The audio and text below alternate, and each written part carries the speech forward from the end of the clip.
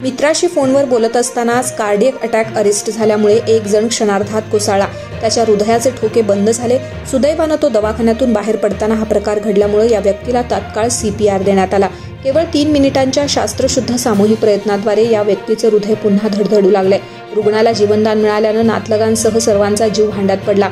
Heart attack आणि cardiac arrest यात फरक असून हार्ट अटॅकमध्ये हृदयाचं पंपिंग बंद होऊन रक्तपुरवठा बंद होतो, तर कार्डियक अरेस्टमध्ये इलेक्ट्रिक दोषामुळे हृदय अचानक बंद पडते. अलीकडे 40 ते 45 वर्ष वयोगटात ॲक्यूट कार्डियक अरेस्टच्या घटना घडण्याचं काही त्यामुळे व्यक्ती दगावण्याचं प्रमाण वाढलंय. 50 वर्षीय प्रशांत शिंदे हे ॲसिडिटी सदृश्य त्रासावर उपचार घेण्यासाठी डॉक्टरांकडे आले. ECG आणि रक्त चाचणीचा अहवाल साधारण होता, परंतु तपासणीत हृदयाच्या कार्यात अनियमितता आढळल्यानं त्यांना एन्जिओग्राफी करण्याचा सल्ला देण्यात आला. ही चाचणी करण्यासाठी बाहेर पडत असताना दवाखान्याच्या दारातच कार्डियक अरेस्ट येऊन ते कोसळले. यांचं हृदय बंद पडून श्वासोच्छवासही थांबला.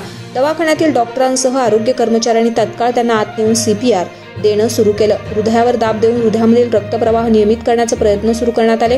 रुग्णाला 400 ज्युल्सचे 3 शॉक देण्यात आले. 3 मिनिटं शास्त्रशुद्ध पद्धतीनं हे प्रयत्न सुरू ठेवल्यानं रुग्णाचं हृदय धडधडायला लागलं. यामुळे सर्वांनी निश्वास टाकला. अर्ध्या तासात एन्जिओग्राफी करण्यात आली. डाव्या बाजूच्या रक्तनलिकेत 100% ब्लॉकचे निदान झाले. 2 स्टेंट टाकून हृदयाचा रक्तपुरवठा सुरळीत करण्यात आला. 50 मिनिटात उपचार झाल्यामुळे रुग्णाचे प्रमाण या ठिकाणी वाचण्याचं वाढलं. दुसरीकडे गरबा खेळत असताना हृदयविकाराचा झटका आल्यानं 46 वर्ष महिलेचा मृत्यू झाल्याची दुर्दैवी घटना नुकतीच मुंबईजवळ असलेल्या पालघर जिल्ह्यातील वसई परिसरात घडल्याचं समोर आलंय. गरबा खेळताना जागीच कोसळल्यानंतर महिलेला रुग्णालयात नेण्यात आलं होतं, परंतु उपचारादरम्यान तिची प्राणज्योत मालवली.